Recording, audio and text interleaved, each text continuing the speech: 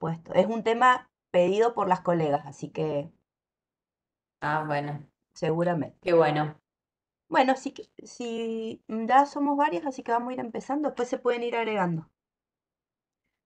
Así que bueno, le damos los buenos días y hoy vamos a hablar con la doctora Paola Morcos, que es mastóloga y jefa de la sección de patología mamaria del Hospital Luis Lago Maggiore, que muy gentilmente hoy nos va a brindar una charla sobre patologías mamarias. Así que les pido por favor que anulen los micrófonos cuando vayan ingresando. Recuerden que más adelante paso el link de asistencia y ya iniciamos, si la doctora está de acuerdo, la presentación. Bueno, perfecto. Muchísimas gracias, Débora. Gracias por la invitación. La verdad que, ¿te parece que apago la camarita para que se Sí, escuche bien o me sí. escuchan bien? Se escucha, pero por ahí se corta un poquito. Yo creo que es mejor apagarla porque si no va... Dale, a ver, Todo ahí lo... después para las preguntas la volvemos a encender. Perfecto, para las preguntas le enciendo, dale. Ujú. Igualmente, si en algún momento quieren pararme a hacer una pregunta, tampoco tengo problema. Bueno, Sí, pueden ir levantando la manito que ver, está ahí abajo y yo las voy leyendo o les damos el ok. a ver, sí, quiero ver cómo saco... Ay, no, para yo poder ver mejor. Ahí está, ahí veo bien. Bueno. Bueno, Te decía que les agradezco la invitación, que la verdad que me pareció súper interesante poder charlar de algunas patologías de la mama con ustedes, con las licenciadas en obstetricia, porque pensaba que realmente ustedes están en contacto con las mujeres en un grupo etario donde las patologías en las mamas son muy frecuentes, principalmente las patologías benignas de la mama, pero también pensaba que con esto que las mujeres han ido retardando su maternidad cada vez más con el transcurso de los años por el estilo de vida que se lleva actualmente, también cada vez están en contacto y van a poder hacer van a- el cáncer de mama y el embarazo, esta entidad que siempre ha sido como una entidad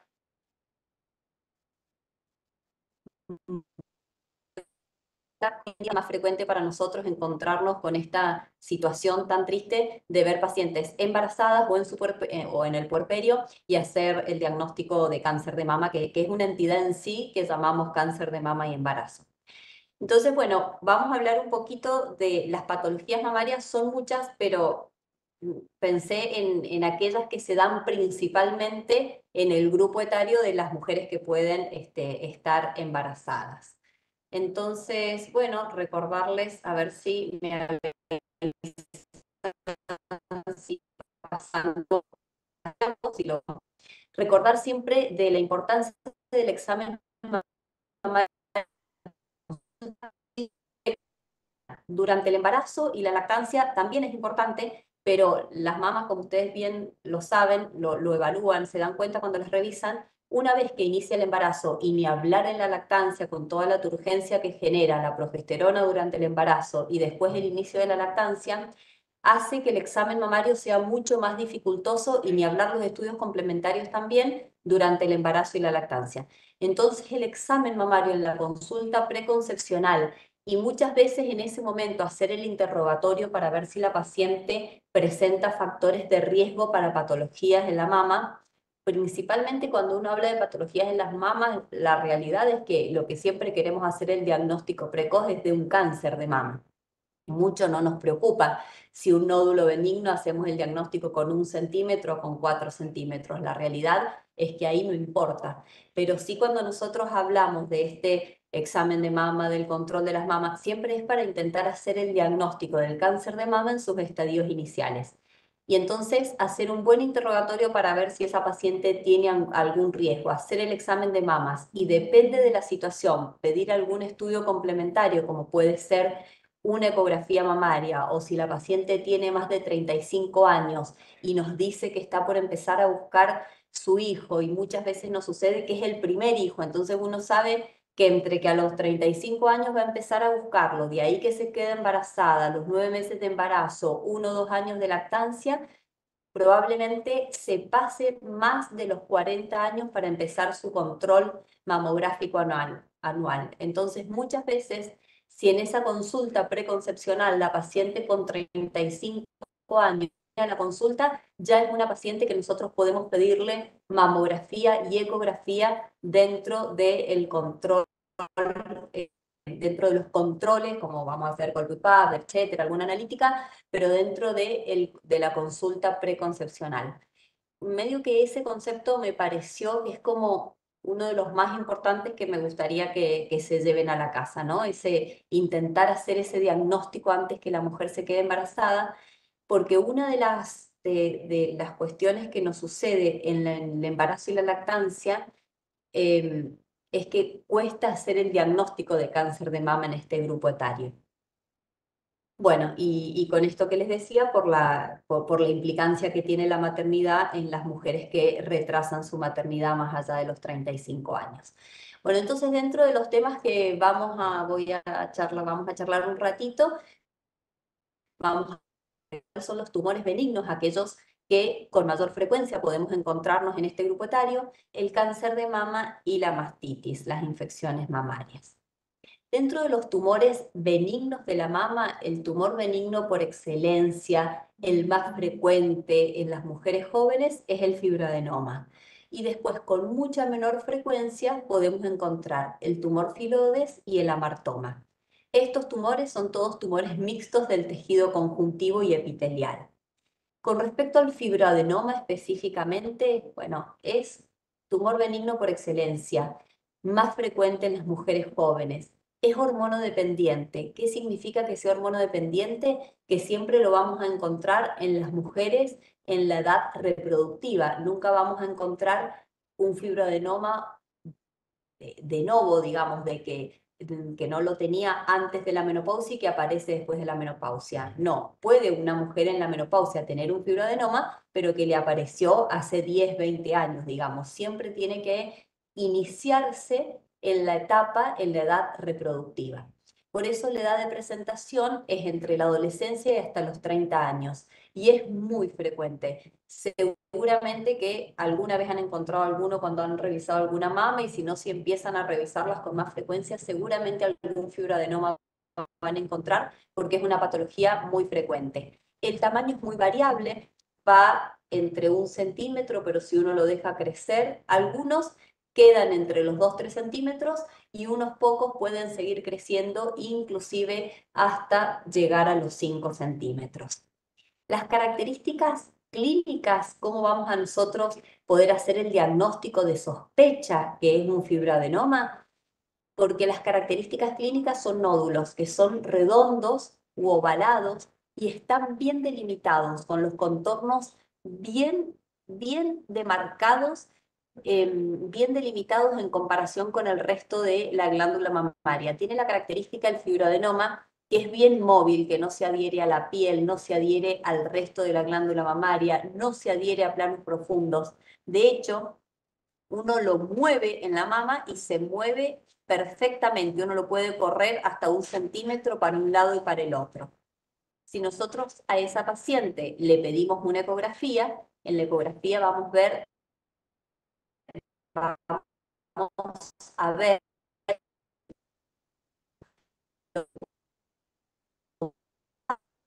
el corte perfectamente limitado y que es esto que vemos a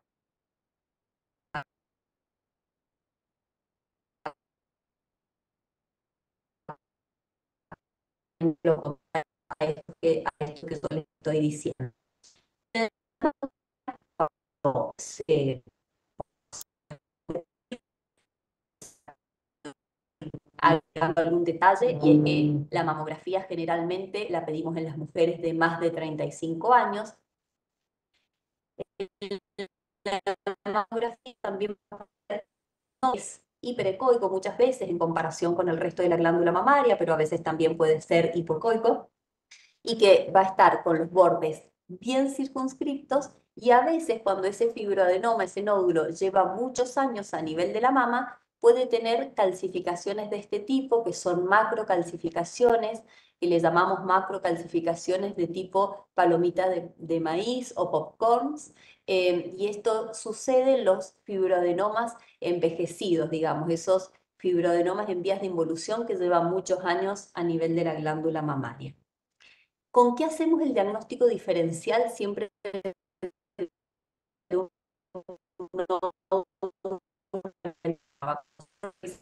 encontramos principalmente siempre con lo que tenemos que descartar, que es lo que nos importa hacer el diagnóstico precoz, con un cáncer de seno. También vamos a diferenciarlo de un quiste mamario, que también son muy frecuentes, y del tumor filoides, si bien es menos frecuente, pero podemos encontrarnos de vez en cuando alguno.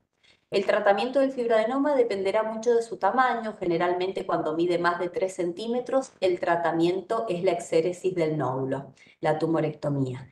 Pero acá está bueno que charlemos, porque lo estamos hablando con ustedes, digamos, en este ámbito de la charla a las licenciadas de obstetricia, que es decir, que ustedes las van a ver a los pacientes o embarazados o en el puerperio.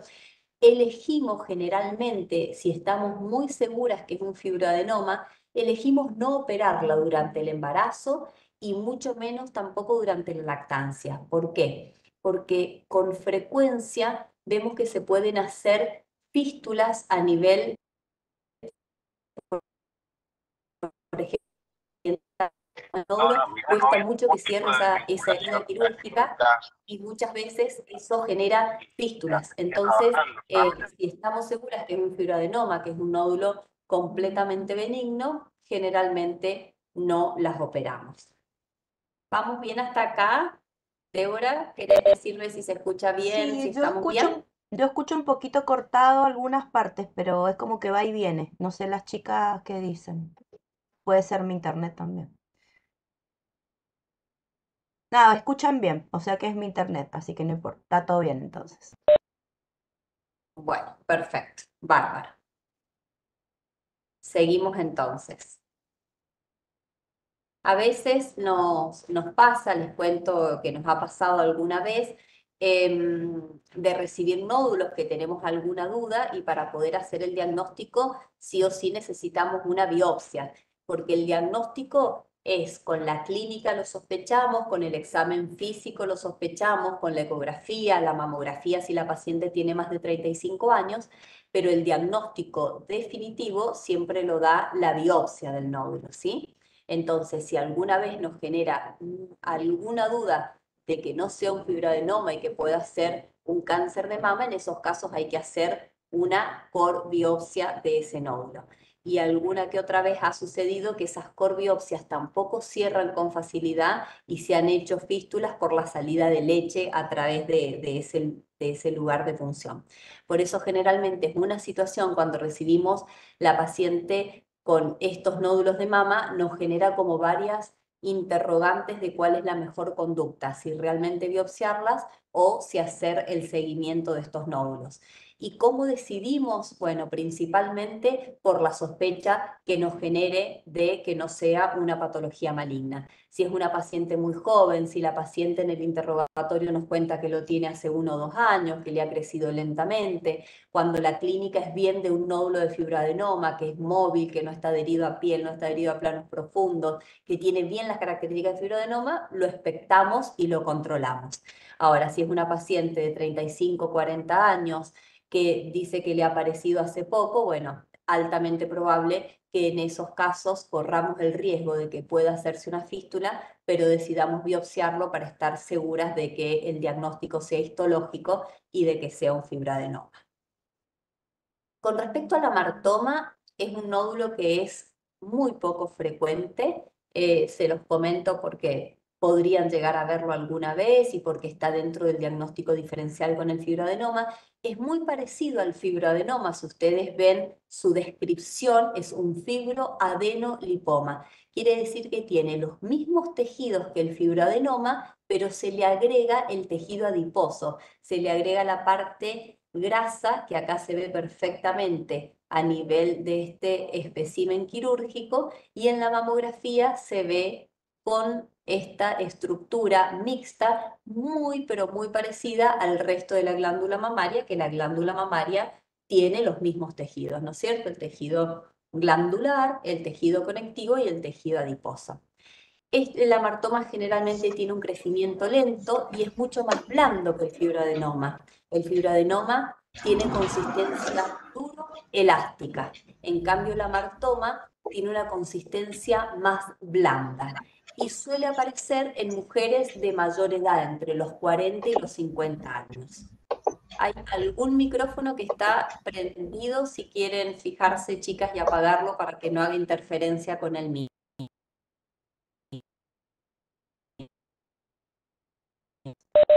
Sí, yo estoy revisando, pero no veo ninguno prendido. Ah, acá, ya lo encontré. Con la Listo. clínica lo sospechamos. Ah, bueno. Ah, bueno. El diagnóstico con la clínica, la ecografía, pero en este caso, como se ve muy, pero muy bien con la mamografía. Y como generalmente sucede en mujeres entre los 40 y los 50 años, siempre la mamografía la hacemos. El tratamiento, lo mismo, extirpación o control, dependiendo del tamaño, y también el amartoma siempre es benigno. Y finalmente, el tumor filodes, dentro de los tumores benignos de la mama, es un tumor que es menos frecuente que el fibroadenoma, pero más frecuente que el amartoma. Entonces, es un tumor que, si bien es benigno, siempre va a estar dentro de nuestros diagnósticos diferenciales con el fibroadenoma y el cáncer de mama.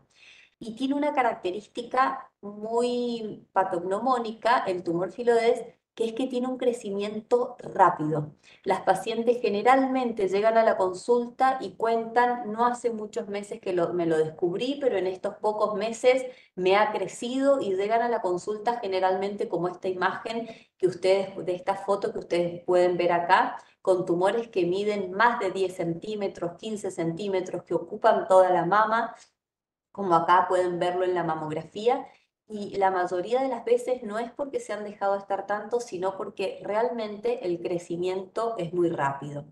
Es un tumor mixto que no solo tiene estructura fibroepitelial, sino que tiene un componente mesenquimático, que es lo que hace que se clasifique como tumor filodes.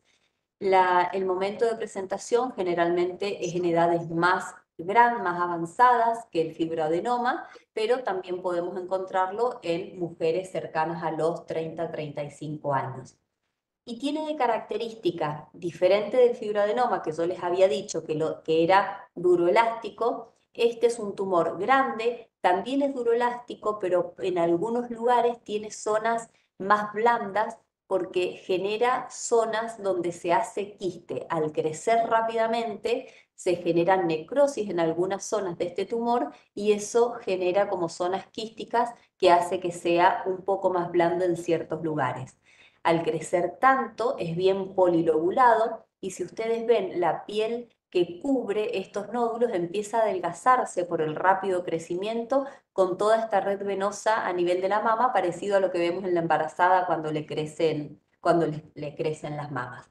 El tratamiento del filodes siempre es quirúrgico, porque el crecimiento es exponencial, y además porque hay una entidad que podría transformarse en sarcoma. Entonces, el tratamiento siempre es quirúrgico.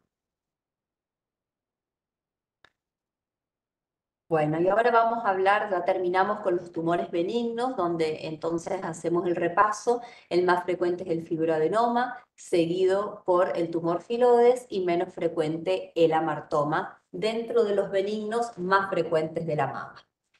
Bueno, y ahora vamos a hablar sobre cáncer de mama, que es acá donde siempre apuntamos a hacer el diagnóstico precoz, y donde siempre nos encantaría no tener que encontrar esta situación de hacer diagnóstico de cáncer de mama y embarazo. Y les cuento que el cáncer de mama en nuestro país tiene una incidencia muy alta. Se diagnostican alrededor de 20.000 casos nuevos por año, con una mortalidad de 6.000 mujeres al año por cáncer de mama. Es el cáncer más frecuente en las mujeres, y eso es tanto en países desarrollados como en países en vías de desarrollo, donde la mortalidad es más alta en países en vías de desarrollo que en países desarrollados, y esto está íntimamente relacionado con el momento del diagnóstico. En los países en vías de desarrollo, el diagnóstico de estadios iniciales es mucho menor que en países desarrollados donde hay mayor proporción de cáncer de mama diagnosticados en estadios iniciales y nosotros tenemos una alta tasa de diagnóstico en estadios avanzados. La mayor incidencia del cáncer de mama sí es cierto que es en la menopausia, que es a partir de los 50 años, pero sí vemos a partir de los 30, 35 años principalmente, ya empezamos a ver cada vez más cáncer de mama. Y esto sumado a la postergación de la maternidad para edades mayores es lo que hace que cada vez veamos más esta entidad muy dura de ver de cáncer de mama y embarazo. Esto de que a medida que la mujer envejece es más frecuente el cáncer de mama, es lo que hace que podamos decir que una de cada 8 mujeres que vivan hasta los 80 años va a presentar cáncer de mama en algún momento de su vida. Y nuestro grupo etario, que es lo que nosotros pensamos en aquellas mujeres que pueden todavía cursar un embarazo, aquellas mujeres menores de 45 años, en este grupo etario podemos encontrar, hacer diagnóstico de más del 10% de los casos de cáncer de mama se ven en este grupo de mujeres y más del 10% de las muertes por cáncer de mama se da en este grupo de mujeres menores de 45 años, lo cual, si bien es un 10%, pero este cáncer es es el más frecuente en las mujeres, es una proporción muy alta de mujeres. Por lo tanto, hay que estar siempre atentas a poder hacer el diagnóstico precoz. Bueno, ¿por qué está aumentando el cáncer de mama en las mujeres de menos de 45 años? Hay un montón de estudios que han evaluado esta causa. Bueno, se ve que podría estar relacionado con la postergación de la maternidad, ahora vemos un poquito más adelante, con la obesidad, el sedentarismo, los cambios en la alimentación y los hábitos cotidianos de la vida moderna que está muy ligado al estrés. ¿Y por qué esto? Porque, bueno, veamos entonces cuáles son los factores de riesgo que predisponen a tener cáncer. Buenas estas charlas y por qué insistir tanto en hacer el diagnóstico precoz, el examen de mama y cuando se corresponde sus estudios complementarios de imágenes asociados, porque la detección temprana del cáncer de mama reduce la mortalidad un 35%. Esta reducción de la mortalidad solo con hacer el diagnóstico en estadios iniciales, solo con hacer el diagnóstico en forma temprana, es una reducción muy importante de la mortalidad. ¿Y cuáles son los factores de riesgo que que predisponen al cáncer de mama? Bueno, el principal factor de riesgo es ser mujer. Todos sabemos que los hombres también pueden tener cáncer de mama, pero la proporción del cáncer de mama en el hombre y en la mujer es de más de 99% en las mujeres. Por tanto, el principal factor de riesgo es ser mujer, es decir, nuestro grupo de pacientes. Y el segundo factor de riesgo es la edad. Ustedes ven que en las mujeres de menos de 40 años la proporción es de más o menos, va a tener cáncer de mama 100 de cada 200 mujeres. En las de más de 70 años, una de cada 15 mujeres, y en las de más de 80 años, una de cada 8 mujeres tener cáncer de mama. Y con esto que decíamos de la postergación de la maternidad, que es un factor de riesgo, es porque está dentro de estos factores reproductivos de mayor exposición a hormonas de la glándula mamaria. Entonces acá está todo lo relacionado con esta mayor exposición, la menopausia tardía, la menarca precoz, la nuliparidad, la mayor edad en el primer embarazo y la ausencia o breve periodo de lactancia. Todo esto relacionado específicamente con el embarazo y la lactancia es porque existen trabajos donde la unión ducto-lobulillar, que es donde comienza la transformación maligna, terminaría de generarse la maduración de esa unión ducto-lobulillar durante la lactancia. Entonces, mientras a mayor edad sea la lactancia, sea el embarazo y sea la lactancia o si hay ausencia de lactancia, no terminaría de madurar esta unión ducto-lobulillar, por esto es que la lactancia sería un factor protector o de disminución de riesgo, no digamos protector, me parece que lo anularía, pero sí de disminuir el riesgo para el cáncer de mama. La densidad mamaria es otro factor de riesgo. Cuando hablamos de densidad mamaria, es la cantidad de tejido glandular respecto del tejido adiposo que tiene la mama. A mayor tejido glandular, que son esas mamas que cuando nosotros vemos en la mamografía, son mamas bien blancas, bien densas, mucho tejido glandular, esas mamas tienen mayor riesgo de tener cáncer de mama en el transcurso de su vida. La obesidad, la dieta rica en grasas y pobre en vitaminas, los anticonceptivos y el tratamiento de reemplazo hormonal. Si bien estos factores son de poca importancia como factores de riesgo, pero colaboran también. Y después haber tenido antecedentes de algunas patologías en las mamas benignas, como por ejemplo una hiperplasia moderado florida, o antecedentes de haber tenido microcalcificaciones y en esas microcalcificaciones que la biopsia nos hubiese dado una hiperplasia ductal atípica o una hiperplasia lobulidar atípica, es decir, patologías benignas, pero que aumentan el riesgo de tener cáncer de mama en el transcurso de la vida. Y después los factores hereditarios. Vieron que los factores hereditarios, dependiendo de la cantidad de familiares que hayamos tenido con cáncer de mama, el riesgo aumenta. Por eso es que nosotros siempre preguntamos si el familiar que tuvo cáncer de mama es de primer grado, es decir, hermana, madre o hija, o de segundo grado, donde acá están tías, abuelas, primas, sobrinas, ¿sí? Y estos antecedentes familiares aumentan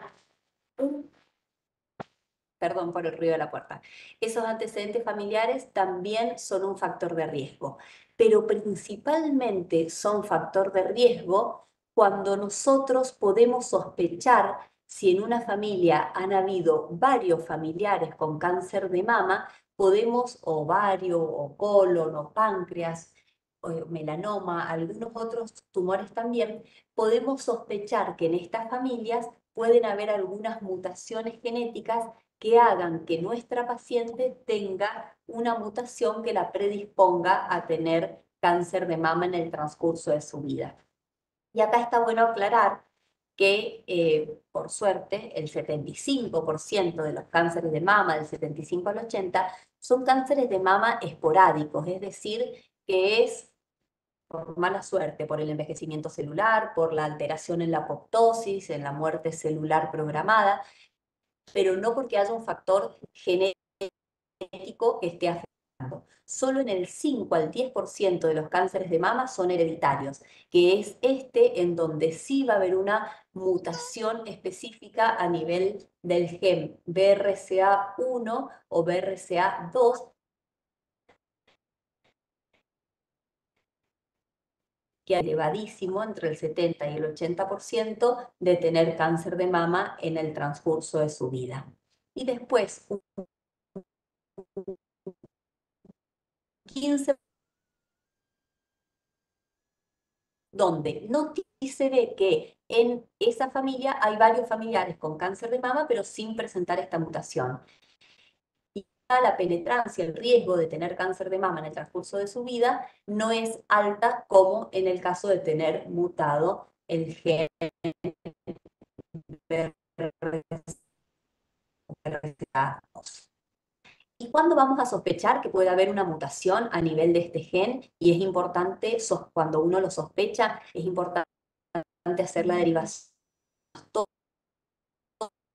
o genético oncológico, cuando vemos que el cáncer de mama es a edades tempranas, y esto es cuando encontramos una mujer con cáncer de mama de menos de 45 años, cuando vemos que la paciente tuvo cáncer de mama en las dos mamas, que fue bilateral, eso significa en las dos mamas, o multifocal, es decir, en una mama pero en varios cuadrantes de la mama, o cuando el mismo paciente tiene cáncer de mama y ovario, cuando hay varias familiares y en más de una generación con cáncer de mama u ovario, o los otros cánceres, como les decía, melanoma, colon, etc. Algunas etnias, porque se ha visto que las etnias judíos askenazis tienen mayor riesgo de tener esta mutación genética, o cuando hay cáncer de mama en un hombre. de mama en el hombre es bastante infrecuente, es menos del 1% de todos los cánceres. Por lo tanto, si hay un hombre que tenga cáncer de mama en una familia, hay que estar pendiente porque en esa familia podría mutado encontrarnos con esta mutación del BRCA1 o el BRCA2. Bueno, y eso es lo que nosotros tenemos que estar pendientes para hacer el diagnóstico, digamos, por lo menos para sospecharlo, porque el diagnóstico siempre va a ser el diagnóstico histológico, ¿sí? Un pedacito del tejido, mirarlo al microscopio, eso es lo que hace el diagnóstico. ¿Cuándo lo vamos a sospechar? ¿Cómo llegamos al diagnóstico? Yo he puesto fotos todas muy llamativas, digamos, pero la idea sería no encontrarnos con esto. Justamente todo esto es lo que nosotros queremos evitar. ¿Y cuál es el mejor momento para hacer el diagnóstico? Cuando encontramos esas lesiones que nosotros le llamamos lesiones no palpables, que son lesiones infraclínicas.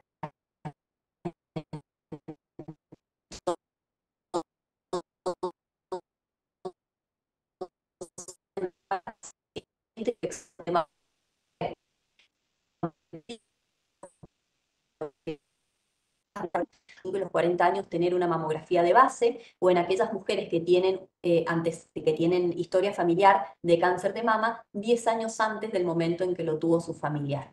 ¿Y qué vamos a pedir en esos momentos? Bueno, mamografía y ecografía para encontrar estas lesiones infraclínicas que solo lo vamos a ver en los estudios de tamizaje, ¿sí? En la mamografía y en la ecografía, que lo podemos encontrar como nódulos o como microcalcificaciones generalmente de alguna de estas, con alguna de estas dos imágenes.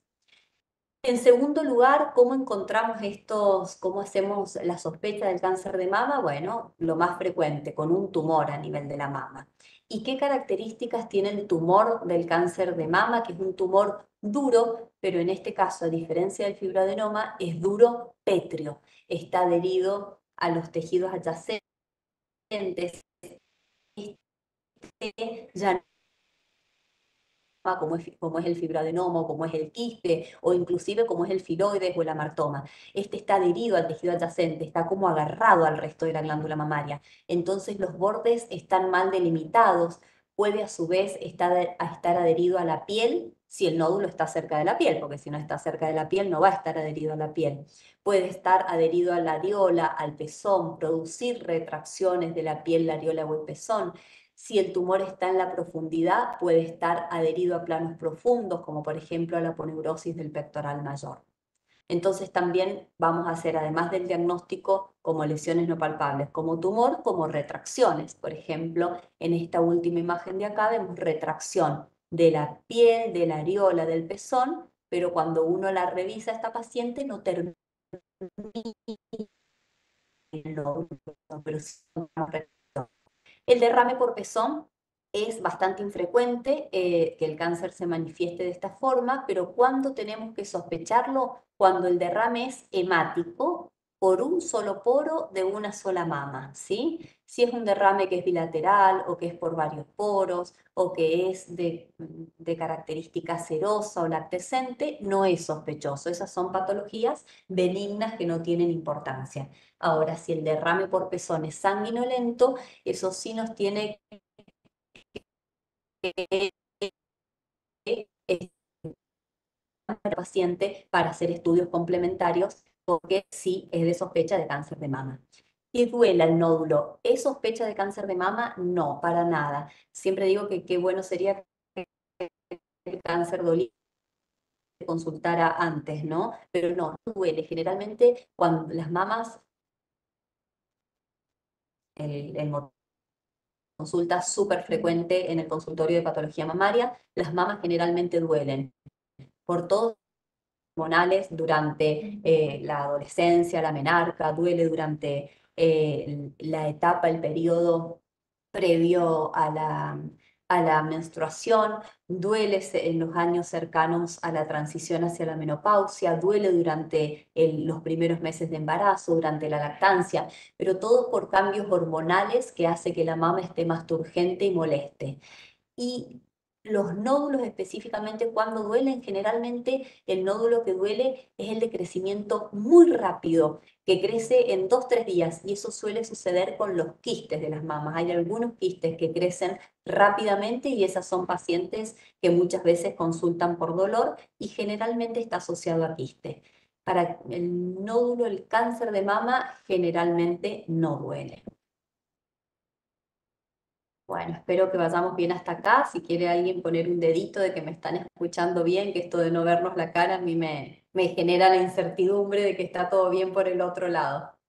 Bueno, bárbaro, gracias, Ivana.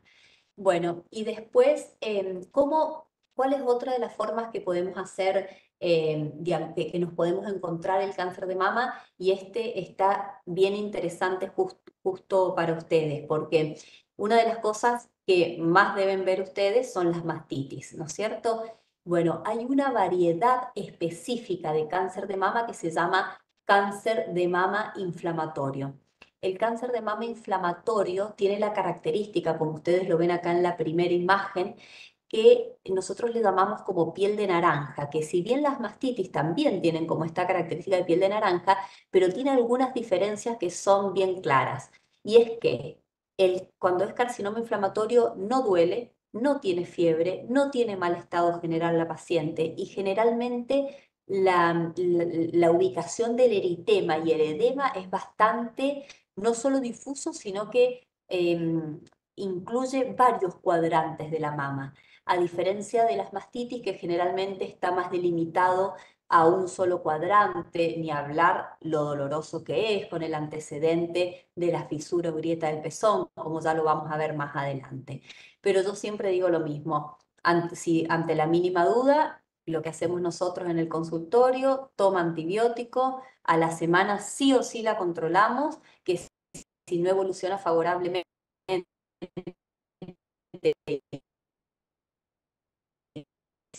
no evoluciona favorablemente y es una infección y tenemos sospecha, debemos hacer una biopsia para descartar que no sea un carcinoma inflamatorio. Otra de las enfermedades generalmente axilares, que es el primer lugar donde las células atípicas del cáncer de mama migran hacia los ganglios de la axila. Por supuesto que yo acá he puesto una foto con unas metástasis axilar como muy notorias, pero generalmente no son así notorias, sino que uno revisando los ganglios de la axila a nivel del hueco axilar, a nivel de la línea de implantación del vello axilar, en lugares donde debemos ir a buscarlas, son ganglios que están aumentados de tamaño, que pueden inclusive, cuando es un poquito más avanzado, estar fijos, unidos, adheridos entre sí. Y mucho menos frecuente con adenomegalias supraclaviculares. Después podemos encontrar con menos frecuencia nódulos dérmicos, que son metástasis dérmicas. Esto generalmente puede suceder en mujeres que ya están operadas de cáncer de mama. Y también poco frecuente, pero lo vemos de vez en cuando, son lesiones a nivel del pezón, que es una enfermedad de Paget que generalmente está asociada a carcinoma in situ y microcalcificaciones por detrás de la areola y el pezón. Bueno, de todas estas formas nosotros lo sospechamos clínicamente, ¿no es cierto? Bueno, ¿qué hacemos con esta paciente que lo sospechamos? Bueno, siempre primero el interrogatorio, por supuesto, desde cuándo nota que le apareció, qué otras características ha tenido, tiene antecedentes con cáncer de mama, de cuándo fue su última mamografía, ecografía, antecedentes ginecobstétricos, antecedentes heredofamiliares. Luego de eso, el examen físico, donde vamos a poder ver cualquiera de lo que les termino de explicar sobre las manifestaciones clínicas. Y finalmente vamos a pedir una mamografía y ecografía. Entonces vuelvo a decirles lo que les dije recién. ¿Cuándo la mamografía? Bueno, si es de screening entre los 35 y los 40 años, pedimos una de base. Pero sí o sí llevémonos a la casa esto de una mamografía por año a partir de los 40. Y es de buena práctica a la mamografía agregarle la ecografía y ahora les cuento por qué en los slides que siguen. Otros medios de diagnóstico, métodos de diagnóstico que tenemos es la resonancia de mama para algunos casos especiales y finalmente el diagnóstico definitivo, como con todas las patologías, el diagnóstico lo da la histología, que en el caso de la mama lo hacemos con unas biopsias con aguja gruesa que le llamamos Truput o alguna otra técnica como mamotón. Y finalmente, si la paciente tiene cáncer de mama, pediremos estudios complementarios para ver la extensión de la enfermedad. ¿Qué es lo que vamos a encontrar específicamente la mamografía? Bueno, es el principal método de screening, como les dije recién, a partir de entre los 35 y los 40 años la primera, la de base, después a partir de los 40 años o 10 años antes del empezar desde el momento en donde se hizo el diagnóstico a este familiar, o siempre que tenemos algún síntoma o signo de patología mamaria. Pero el siempre que les dije depende de la edad, porque si yo encuentro, por ejemplo, un nódulo en una paciente de 20 años, no le voy a pedir mamografía.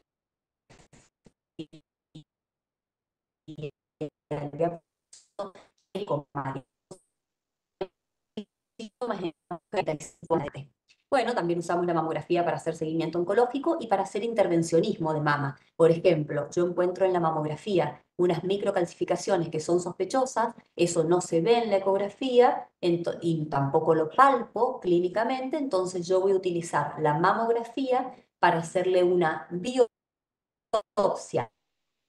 mamográfica de esas microcalcificaciones a mi paciente para poder hacer diagnóstico de si esas microcalcificaciones son benignas o si están alojando algún cáncer de mama. Para esto nos sirve entonces la mamografía. ¿Y la ecografía para qué nos sirve? Por eso yo les decía que generalmente pedimos el parcito, el par mamo y eco, porque generalmente complementa la mamografía. ¿Y en qué sentido específicamente? ¿Para qué es para lo que más nos sirve?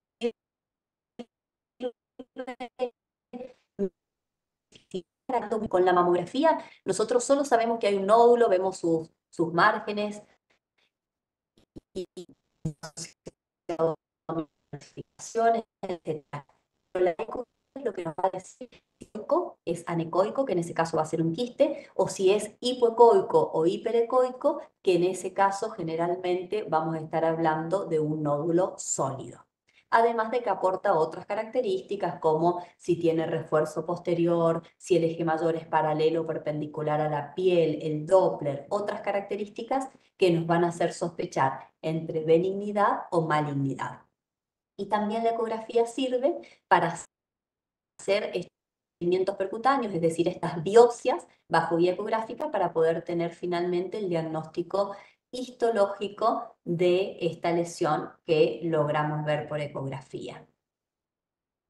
Y yo acá les puse el sistema BI-RADS. A ver si puedo sacar esto que creo que, no sé si, bueno, pero no quiero tocar nada por las dudas para que no me vayan a mandar un lío con la presentación.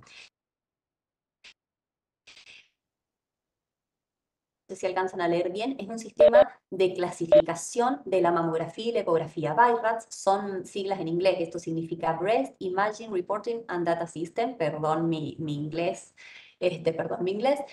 Es un sistema de categorización de imágenes creado por el Colegio Americano de Radiología, tiene muchas actualizaciones, la última es la 5ª edición, donde es una herramienta muy útil para todos los que trabajamos en salud, imagenólogos, mastólogos, todos los médicos en general, para ustedes también, porque la realidad es que muy fácilmente nos orienta hacia qué es cuál es la sospecha clínica que nosotros tenemos de esa imagen y depende de esa sospecha, es decir, de ese valor predictivo positivo para cáncer de mama, es la conducta que tenemos que tomar. Entonces todos nos basamos en características imagenológicas para saber si es necesario hacer una biopsia, una punción o no, ya que la biopsia tampoco es un estudio es importante que le genera alguna molestia a la paciente.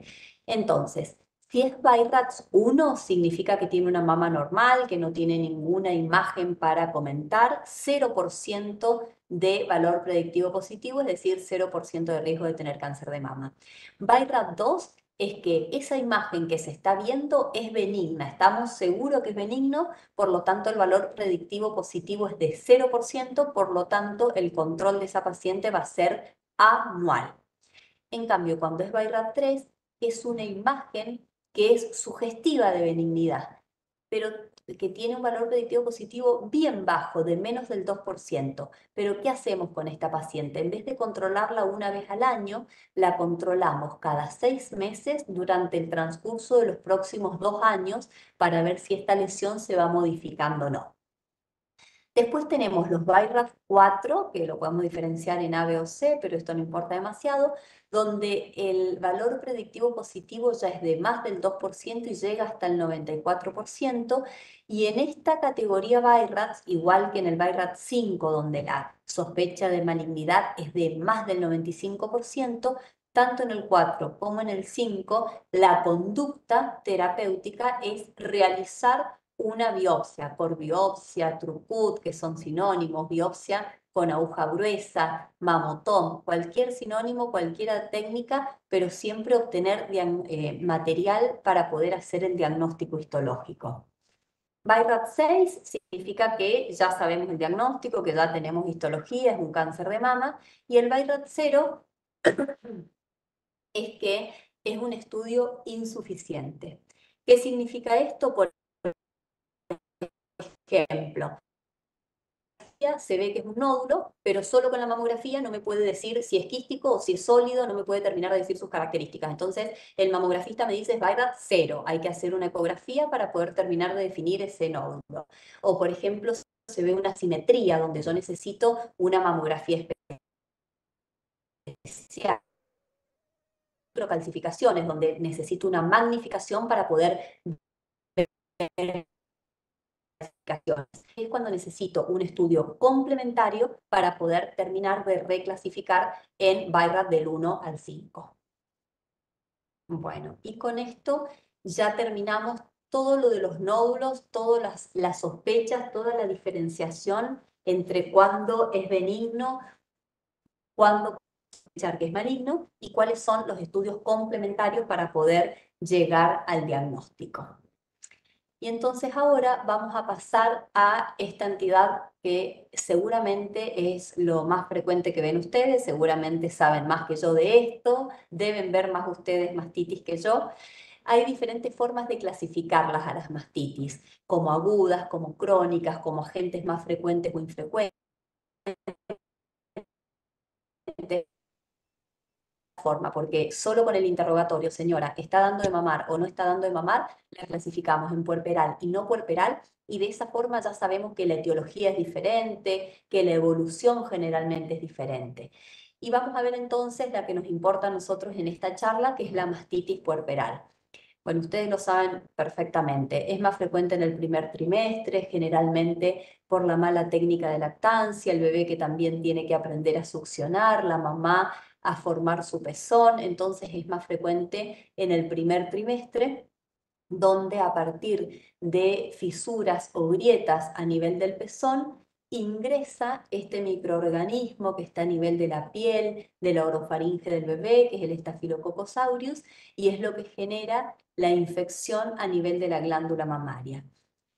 Infección que, como toda infección, ¿qué es lo que va a generar? Eritema, edema, mucho dolor, son generalmente muy dolorosas. Si esto sigue aumentando, va a producir malestar general, puede producir generalmente adenopatías axilares. Si no evoluciona favorablemente, ¿a dónde va a evolucionar? ¿Vieron lo que yo les decía recién?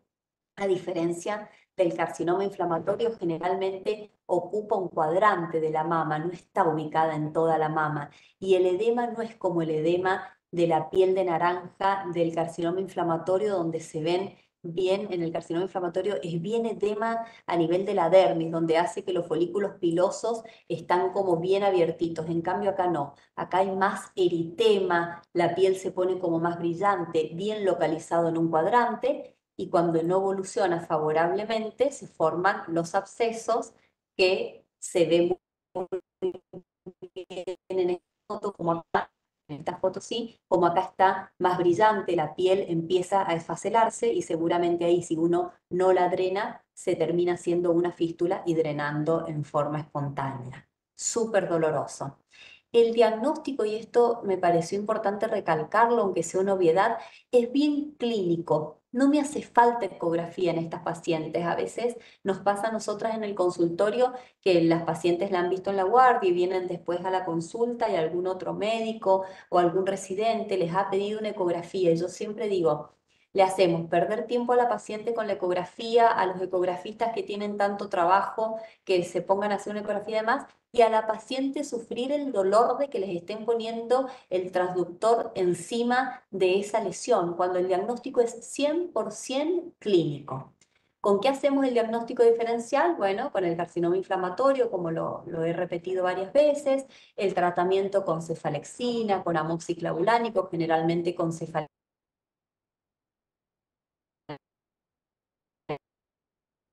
A veces el tratamiento antibiótico no se empieza y no, se tarda en implementar y entonces cuando probablemente evoluciona absceso de mama, donde ahí sí el tratamiento sí o sí, además porque si no, no anda favorablemente. Y en las mastitis, ¿puede seguir dando de mamar la paciente? Sí, puede seguir dando de mamar, no está contraindicado, sí genera dolor probablemente, pero no está contraindicada la lactancia. Y bueno, creo que estamos casi por terminar y entonces, bueno, lo último, entonces, que para recordar, para llevarnos a la casa, que el fibroadenoma es el tumor más frecuente en las mujeres jóvenes, que es un tumor 100% benigno, que probablemente sea lo que más van a ver ustedes en las pacientes embarazadas o en el puerperio. Recordar que el cáncer de mama no es tan infrecuente en las mujeres de menos de 45 años, que un 10% de los cánceres de mama y de las muertes por cánceres de mama se da en este grupo etario de menos de 45 años, que la postergación de la maternidad es lo que hace que hoy en día cada vez sea más frecuente encontrar esta entidad de cáncer de mama y embarazo. Y recordarles que el cáncer de mama trata posibilidades de para hacer el diagnóstico precoz de cáncer de mama. Muchas gracias y prendo la camarita si charlamos, vemos si alguien tiene alguna pregunta. Hola, sí, se escucha bien. Buenísimo, doctora. Muchísimas gracias. Estuvo súper claro. Creo que se tocaron los puntos más importantes que a nosotros más nos interesan. Así que, bueno, está abierto em, el micrófono para quien quiera hacer alguna consulta o levantar la manito en el chat si alguien tiene dudas. Creo que lo aprendí porque no puedo verme y me da miedo como tocar mucho para no cerrar la sesión, Ajá, pero a me ver, ven bien ahí. no se ve todavía. Tendrías que dejar de compartir Ah, a ver, primero. Y yo, para. A ver, a ver.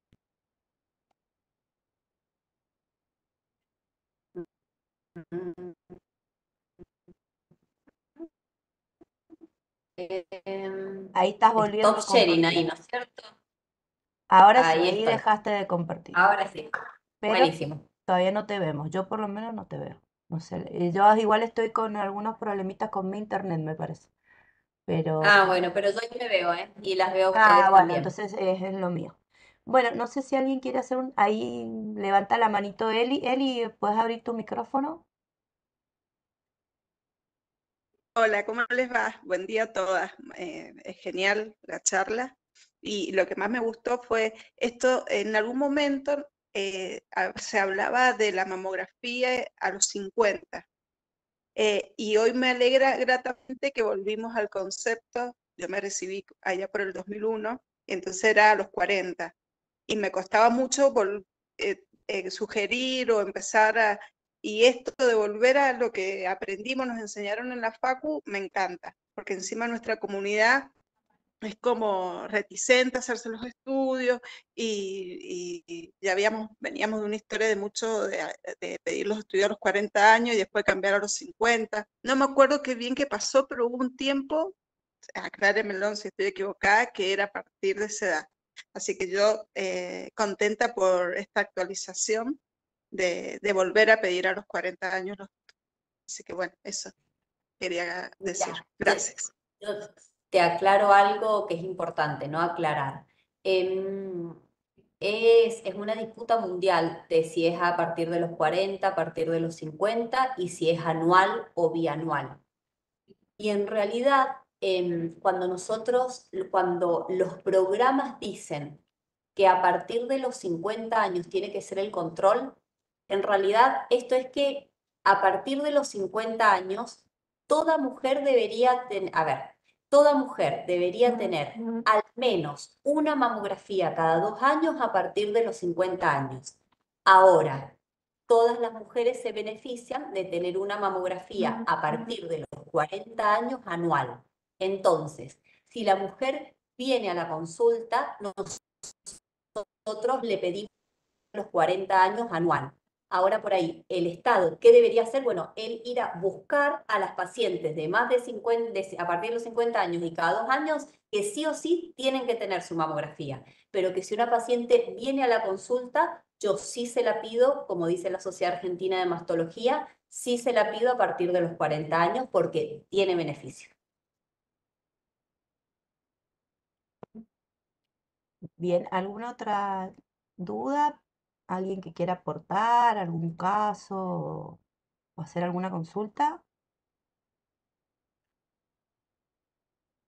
Bueno, llegamos casi a 90 participantes en un momento, por ahí se les ha ido cortando, se han ido, pero sé que es un tema que interesa mucho a todas las colegas.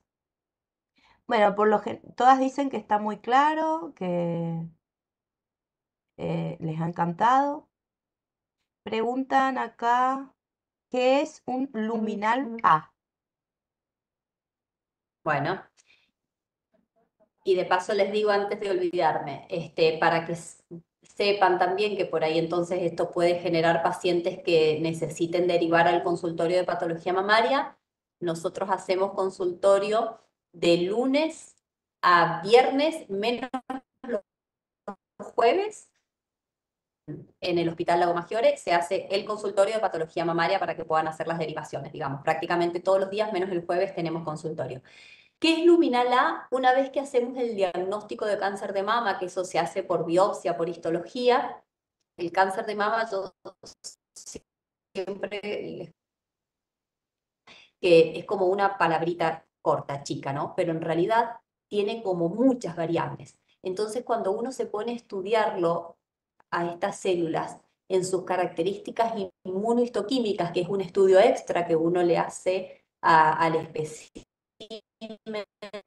biológico, se pueden encontrar diferentes tipos de tumores. Y entonces, ¿qué es lo que se analiza? Principalmente se analizan los receptores de estrógeno, receptor de progesterona, que son dos receptores que la célula mamaria normalmente lo tiene que tener. Está otro receptor de membrana que se llama HER2 y se analiza otro factor más, el Ki, que habla de cuánto se reproduce el tumor. Dependiendo de estos 4 características, nosotros diferenciamos al luminal A, luminal B, HER2 positivo. Esto nos da como diferentes tipos de tratamiento dependiendo del tipo de tumor que tiene. Entonces, a veces es mejor empezar por la quimioterapia en vez de por la cirugía, otras veces son tumores, por ejemplo, el luminal A, que puede responder un poquito menos a la quimioterapia, entonces generalmente elegimos empezar por la cirugía. Hacemos el tratamiento no solo dependiendo del tamaño del tumor, del estadio, de las características de los ganglios, sino también que nos fijamos estas características inmunohistoquímicas y qué tipo de cáncer de mama es, si es luminal A, B o todo esto que les decía. Es eso. Bien, acá hay otra preguntita. Ahí Dice, lo estoy leyendo. Si personas con fibroadenoma ajá, durante la lactancia tienen que controlarse. Justo la semana pasada estuvimos viendo una paciente que consulta por un nódulo de mama, nos la derivan porque estaba embarazada. La veo acá en el puerperio, en el hospital, pero cuando la voy a ver me doy cuenta que es una paciente, me piden interconsulta en el puerperio, pero me doy cuenta que es una paciente que yo ya la había revisado en el segundo trimestre. Y entonces, como les decía recién, lo vamos evaluando. Si yo estoy muy segura que es un fibroadenoma, solo lo controlo, no la voy a operar, no le voy a hacer biopsia, porque lo más importante es que no operarla estando embarazada, no alterarle la lactancia, que si la operamos le alteramos la lactancia. Entonces, si yo estoy muy segura que es un fibroadenoma, espero a que termine su lactancia, lo voy controlando. ¿Qué les digo yo? Cada 3 meses vienen a la consulta y lo controlamos a ver si crece, si vemos que no crece a los 6 meses, hasta que finaliza la lactancia y ahí vemos si se opera o no. Entonces, eso es si estamos o sabemos que es un fibroadenoma porque está biopsiado o tenemos la sospecha clínica altísima de que es un fibroadenoma. Ahora, si yo tengo alguna duda de que no sea fibroadenoma, digamos, que pueda ser un cáncer de mama, obviamente que le hago una biopsia y dependiendo de la biopsia veo si es un cáncer de mama, obviamente se arranca el tratamiento, esté embarazada en el puerperio donde esté, no se espera nada, y si es un fibroadenoma, generalmente se controla. Bueno, yo no veo más preguntas, creería. Yo quería hacer una pregunta. Buenos días. Buen día. No alcancé a escuchar el porcentaje, no sé si lo dijiste, el porcentaje ay, me trabé, del, de las mujeres que postergan la maternidad. Claro, no hay porcentaje de cáncer de mama en las mujeres que postergan la maternidad. Nosotros de mama hacemos diagnóstico, vemos los porcentajes dependiendo de la edad. Entonces sabemos que en las mujeres de menos de 45 años, de 100 cánceres de mama, 10 cánceres se dan en mujeres de menos de 45 años. La maternidad aumenta el riesgo de tener cáncer de mama y por postergarla, cómo ha aumentado en qué porcentaje ha aumentado el riesgo, eso no se sabe. Gracias. Sí, Eli, De nada.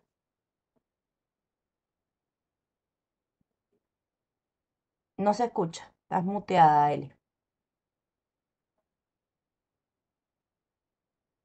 Sí, mi pregunta es que la doctora dio los días que atiende, el horario y cómo se saca turno para derivar a las mujeres que necesiten. Bueno, mira, la verdad que bastante poco creo, por lo que me dicen las pacientes, les cuesta conseguir turno.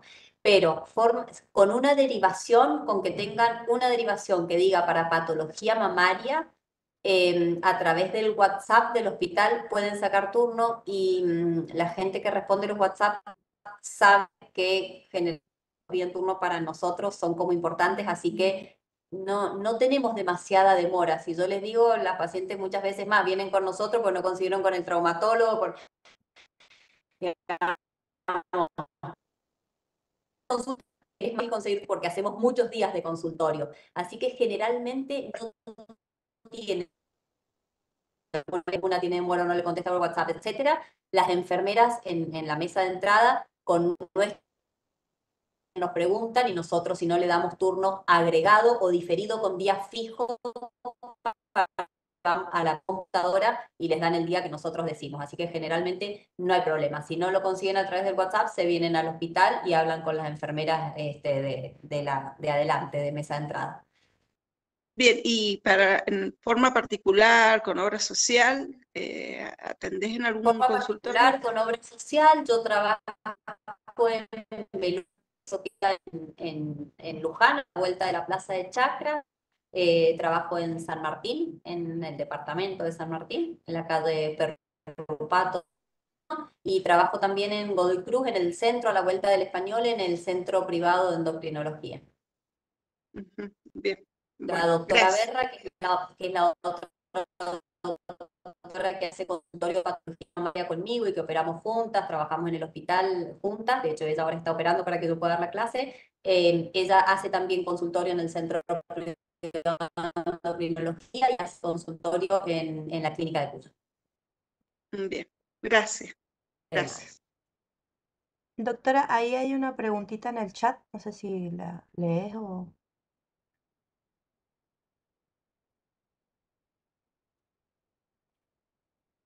A ver, si la paciente, esta es si la paciente tiene menos de 35 años y tiene antecedentes de mamá y de hermano de mama y ovario. Puede pedir además de ecografía y cada un año o cada 6 meses independientemente del BIRATS.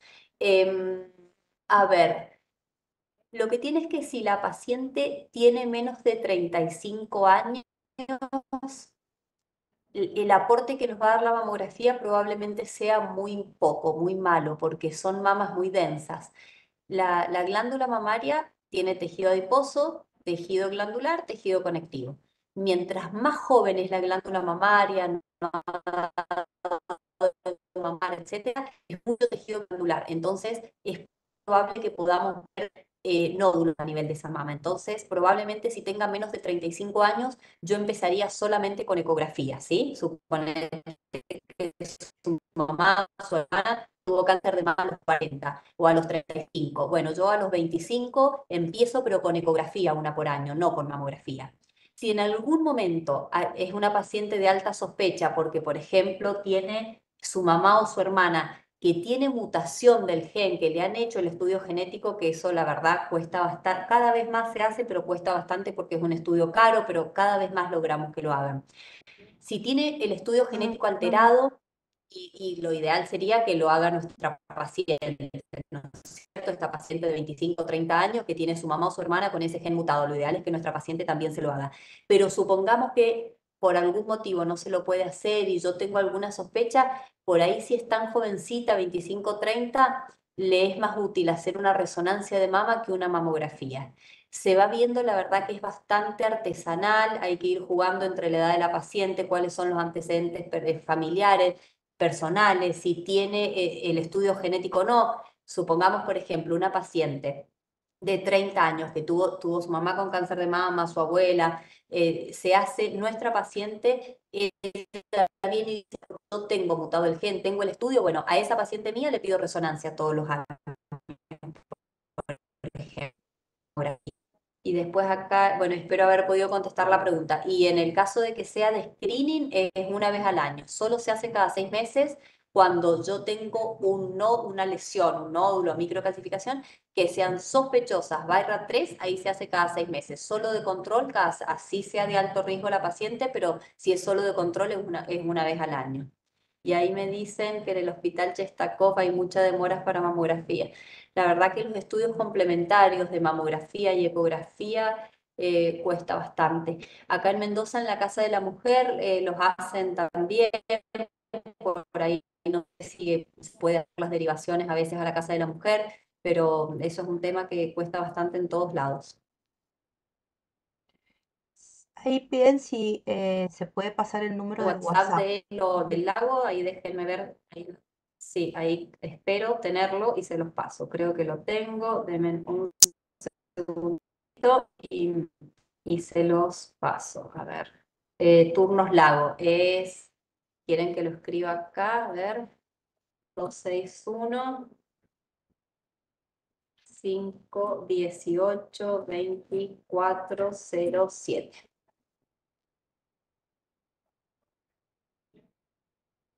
Hay unas preguntitas Y más. después dice, ¿has visto alguna afectación o mayor incidencia de cáncer o alteración mamaria a partir del uso del implante subcutáneo? No, la verdad que no. El implante subcutáneo en realidad actúa como cualquier otro método, digamos, pastillas anticonceptivas, anillo, parche. Hay varios, específicamente con el implante, o por lo menos yo no he leído trabajos científicos, pero con el resto de los anticonceptivos hormonales hay muchos trabajos científicos y la realidad, esto sí se lo quiero que se queden tranquilas, la realidad es que el riesgo relativo de lo que aumenta el cáncer de mama por la utilización de anticonceptivos es muy bajito, pero muy bajito. Entonces yo siempre digo, si es una mujer sana, algún antecedente familiar, todos tenemos, porque el cáncer de mama es tan frecuente que es muy difícil no tener un antecedente familiar de alguna tía, prima, abuela. pero si no son muchos antecedentes familiares de importancia, es decir, mi tía, mi abuela, mi prima, edades jóvenes, etcétera, la verdad es que no están contraindicados los anticonceptivos y el riesgo relativo de lo que aumenta es casi imperceptible. Así que no se pueden usar tranquilamente en pacientes sanas. Después me dicen los informes de las mamografías traen BI-RADS y ACR que debemos tener en cuenta en la valoración que le den al ACR.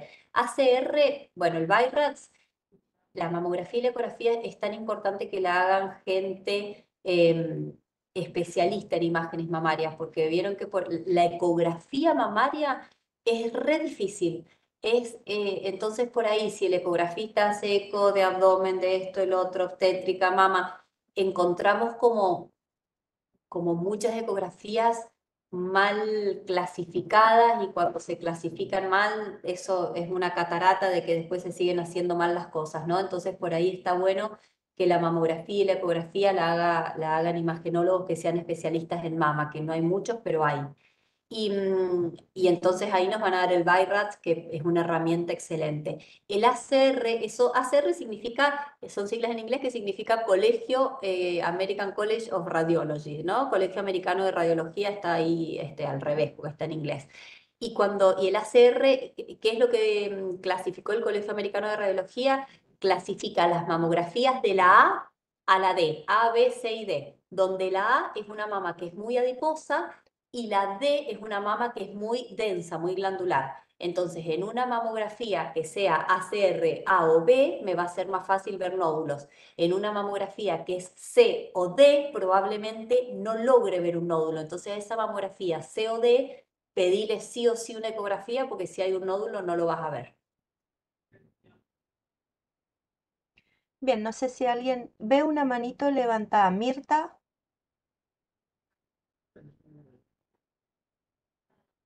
o no está, Mirta, ¿Ahí ahí me está. escucha? Sí, se escucha. Hola doctora, buen día. Buen Bueno, día para todas. Quería preguntar una cuestión más a nivel de equipo de salud. Si ustedes ante esta situación a la paciente la articulan con salud mental y nutrición, o por ejemplo, cómo abordan el tema familiar, sobre todo si es una paciente que tiene hijos pequeños. Yo trabajo en La Paz y me ha costado bastante este tema y articularme con el Hospital Perrupato me ha costado un poco también. Y bueno, y después la paciente vuelve al consultorio muchas veces y entonces uno como que no es la rama, no sabe tampoco qué hacer, entonces está como, me da un poco de pena a veces quedan un poco a la deriva las pacientes en la parte de salud mental, ¿no es cierto? Y nutricional, porque calculo que debe haber alguna sugerencia en cuanto a la alimentación durante el tratamiento. mira, con respecto a salud mental, nosotros a las pacientes, cuando, esto principalmente me estás preguntando cuando hacemos el diagnóstico de cáncer de mama, me imagino. Sí, ya cuando estamos con todo el tema instalado. Sí. Con respecto cuando hacemos diagnóstico de cáncer de mama, dentro de las derivaciones que hacemos, siempre le preguntamos si quiere y les aconsejamos y les intentamos explicar que lo ideal es ir a la psicóloga y les hacemos la conexión con la psicóloga. De hecho, nosotros tenemos una psicóloga específicamente de ginecología y se las derivamos así como muy directo a ella para que no les cueste conseguir turno. Con la parte de psicología lo tenemos bastante aceitado. No todas las pacientes de primera instancia quieren ir a la psicóloga. A veces son un poquito reticentes, pero la realidad es que como ofrecimiento se los hacemos siempre. Con respecto a la parte de nutrición, no. Ahí sí que por ahí es una falla nuestra, no las conectamos. No es fácil conectar, hacer que las nutricionistas tienen como mucho laburo, generalmente muy abocado a las diabéticos e hipertensos del hospital, no les hacemos la conexión. Si vos me preguntás si específicamente la dieta, que cambien la dieta es algo que, por supuesto que es importante, el estilo de vida saludable, nosotros les ovalamos la cabeza hablando de estilo de vida saludable, de mantener un peso estable, porque en el tejido adiposo se fabrica estrógeno y el estrógeno es contraproducente en la mayoría en estos cánceres de mama hormonodependientes. Pero la realidad que no es una tarea más que le damos a la paciente ir a la nutricionista. También hay que tener en cuenta un poquito al principio que cuando hacemos diagnóstico de cáncer de mama van a tener que pasar por tantas partes, ¿sí? Que nosotros, el mastólogo, el oncólogo, la radioterapia, la hormonoterapia, que como que hay que ir de a poquito, ¿no? Porque si también les pedimos a la paciente que se pongan bajo una dieta estricta, no tienen que fumar, entonces, bueno, es como que de repente les pedimos como un montón de cosas juntas, pero derivación a nutricionista específicamente no lo hacemos. Con esto que vos me decías de que por ahí te cuesta articular, en la casa de la mujer hay navegadoras, se llaman, que cuando nosotros, y eso también lo pueden hacer ustedes, vemos casos difíciles de pacientes que les cuesta llegar al hospital o que no entienden por su nivel educacional o por su nivel económico, etcétera, conseguir turnos, se llaman navegadoras y son licenciadas en trabajadoras sociales, que lo que hacen es hacerles el seguimiento a las pacientes y ayudarlas a conseguir los turnos. Nosotras tenemos el teléfono, pero ese creo que yo no lo tengo acá. Tenemos los teléfonos y muchas veces se los damos, el de las navegadoras, para aquellas pacientes que les cuesta conseguir los Sí. turnos o que vos las ves así como perdidas, como me decís. Me estoy Sean fijando a ver si lo tengo. sean de donde sean. Por ejemplo, si es de La Paz, no Sí, sí, que importa. mientras sea de Mendoza, la navegadora la sigue. De hecho, a veces la navegadora me llama a mí y me dice, ¿qué pasa con tal paciente que no me figura que vos le pediste tal cosa y todavía no ha ido a hacérsela? Yo tengo el número de la Importante. navegadora en el consultorio. Es más, los tengo en papelitos para dárselo a las pacientes, pero no lo tengo acá.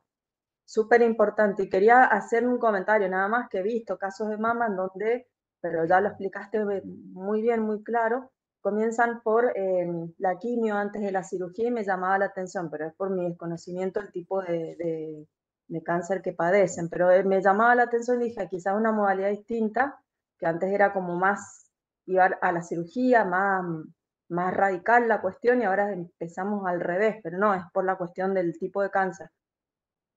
Exactamente, antes hacía, ahí Laura Bianchi, navegadora, Casa de la Mujer, ahí pusieron un número de teléfono, buenísimo. Buenísimo.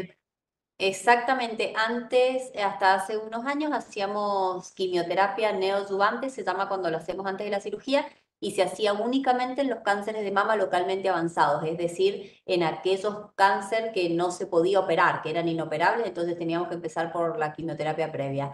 Hoy en día no, hoy en día la determinación, la opción de arrancar primero con la quimioterapia neoadyuvante se basa en un montón de otras características, como por ejemplo el tipo de tumor, por ejemplo los HER positivos o los triple negativos, así sean pequeños, muchas veces empezamos con la quimioterapia, o si el ganglio es positivo, por más que el tumor mida 1,5 cm, empezamos por la quimioterapia. Bueno, se ha invertido bastante el tratamiento. Gracias, doctora. Excelente. Muchas gracias. De nada, chicas. Bueno, no sé, ahí veo una manito levantada de él y no sé si quedó de antes o querés volver a hacer una pregunta. Bien. Sí, tengo otra pregunta. ¿Qué ecografista en mama sugerís en la parte privada? Porque por ahí hay dificultades para acceder en lo público y las chicas, las mujeres muchas veces están dispuestas a pagar y entonces es mejor mandarla, que tal vez sea un poco más caro, pero al que le dé la No, posta, pero dirían en mi barrio. y no es más caro, ojo, y no es más caro, pues yo siempre digo lo mismo, yo también creo lo mismo, a veces pagan y encima pagan mal, Claro, terribles, a ver, ¿quién hace sí. bien mama? La doctora Eugenia Genés es excelente, es amorosa, es barata, ella trabaja ahí donde yo les decía en Belona, de hecho yo me he ido ahí por ella, digamos, por sus estudios de mama para que mis pacientes se lo puedan hacer ahí con ella. Ella trabaja en Belona. Después en el Instituto Ginecomamario trabajan excelente, en Proco Prono también, en esos lugares que yo les digo, hay gente que hace específicamente las eco de mama. En Fuesmen, tanto Fuesmen Maipú como Fuesmen Ciudad son excelentes, las tres que trabajan en uno y otro también hacen específicamente mama. En donde, bueno, muchas de estas doctoras, que son las mismas, es como que están como en diferentes lugares. La doctora Saucedo, que está en Fuesmen, también, si no me equivoco, está en la clínica de Cuyo. Bueno, esos lugares se me vienen así como rápidos a la cabeza. Ujú. En Y tengo otra pregunta. Trentacoste también, en Trentacoste está la doctora Miranda, que hace excelente mama, está la doctora Regallo, que hace excelentemente mama también. Ujú. Eso es Y clínica de tengo, imágenes. bien, tengo otra duda. Ahí O a está, lo miren, mejor ella es la Erika Domínguez, la que no encontraba el número. Ella es la navegadora que es la que se comunica conmigo, Erika Domínguez. Bien. Comentaste que no necesariamente los que tenían antecedentes de cáncer de mama, sino también, y eso es lo que no me quedó claro, por ejemplo, melanoma, cáncer de próstata en la familia, y nos comentan que tienen, ¿cuál sería la indicación? ¿También empezar precozmente a hacer la mamografía, la eco, En para realidad calculación? uno hace, si es solo un familiar con cáncer de colon, no es que le va a cambiar el momento en donde yo voy a empezar con mi paciente. El interrogatorio va hacia cuántos familiares tenés con diferentes cánceres. Entonces, si la paciente cuenta que tiene un familiar con cáncer de mama, el otro siempre dentro de la misma rama, ¿no es cierto? Con cáncer de mama, el otro de ovario, el otro de colon, el otro melanoma. Es como una sumatoria, ¿no? Porque haya uno con cáncer de colon es que yo voy a empezar su control de mamas antes de tiempo. Ujú, bien. Ahí estoy viendo Bueno, que pusieron en zona este doctor Echegaray. La doctora Echegaray es excelente también, pero no hace imágenes de mama, lo aclaro para que no haya confusión. La doctora es mastóloga, es la que se encarga de la parte de mastología del perrupato y además en sus consultorios, pero ella es mastóloga, no imagenóloga.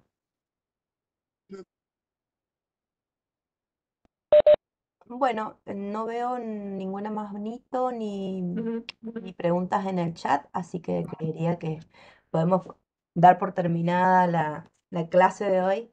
Y bueno, de nuevo agradecerte, muy claro, gracias por tomarte este tiempo para darnos tus conocimientos. Ah, y hay una manito, perdón. A ver, Silvana, ¿querés abrir tu...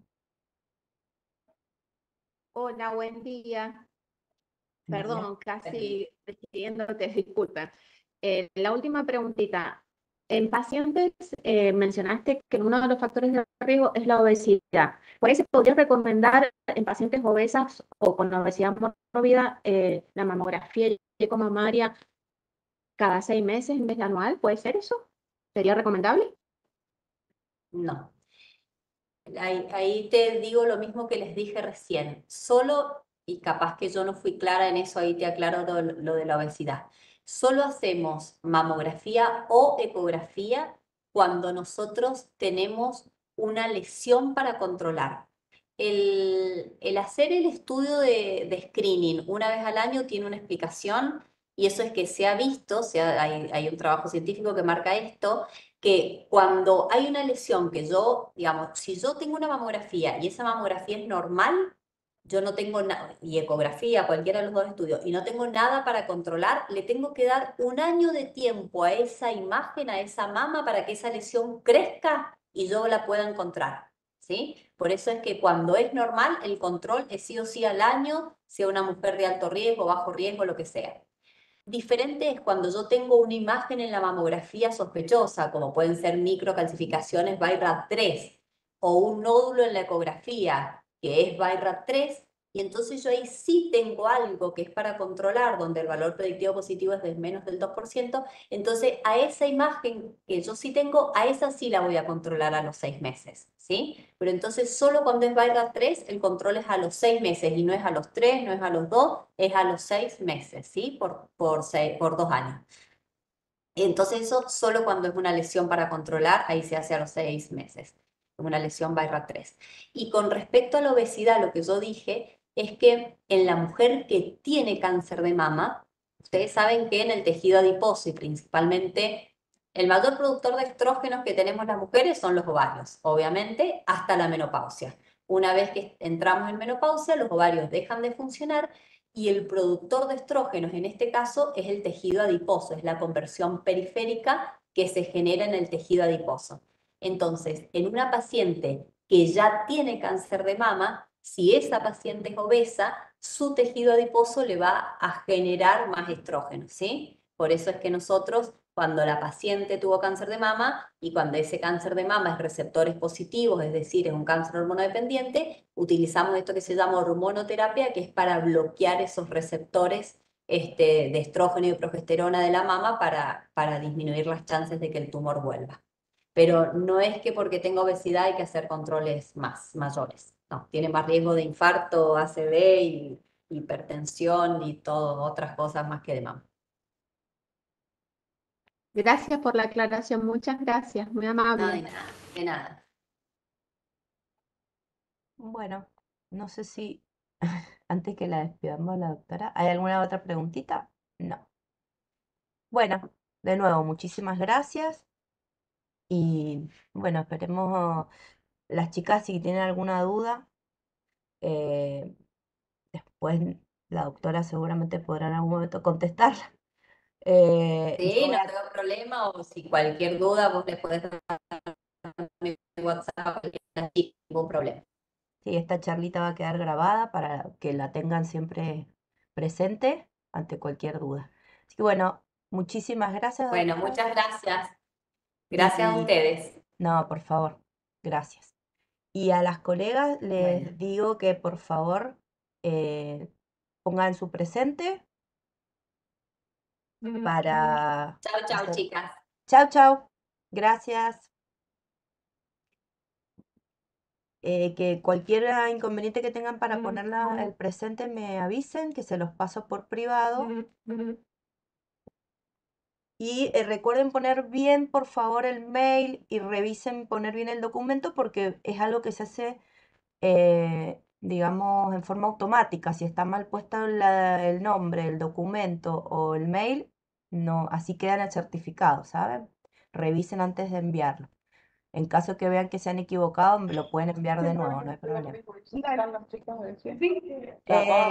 Bueno, a todos les ha llegado. No sé si quieren preguntarme algo con respecto a la capacitación, si no, le damos por terminada. Nos quedaría una capacitación más en el mes de noviembre. Ahí hay un micrófono abierto, no sé si están haciendo una pregunta o... Bueno, les decía que nos queda una capacitación más. La de diciembre todavía no nos ha confirmado, no es de acá la doctora es de Nación y está un poquito complicado con este tema de cambio de gobierno porque no sé cómo va a seguir todo, entonces no sabemos si la vamos a poder dar. Lo que teníamos pensado es que la doctora Martínez, no sé si se acuerdan que se suspendió en el mes de agosto, pueda ella dar la charla. Y mi idea era ver si podemos hacerla presencial, si consigo un salón, para, bueno, por lo menos darle un cierre y que nos podamos ver las caras ese día, que no sea todo tan virtual. Y el tema, bueno, también sería poder hacerlo virtual para la gente que no pueda viajar, por supuesto, pero bueno, eso ya depende mucho de la conectividad de la sala que podamos conseguir. Yo ahora ya estoy buscando. Tiene que ser algún hospital donde tenga buena conectividad. Ahí las chicas que me están dejando sus datos acá en el chat, no, lo tienen que subir en el link.